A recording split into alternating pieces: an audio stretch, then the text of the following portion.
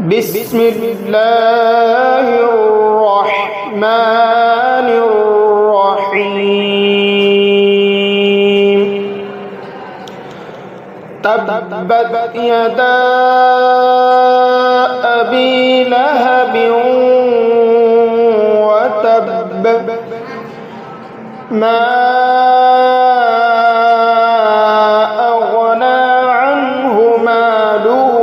وما كسب سيصلى نارا ذات لهب وامرأته حمالة الحطب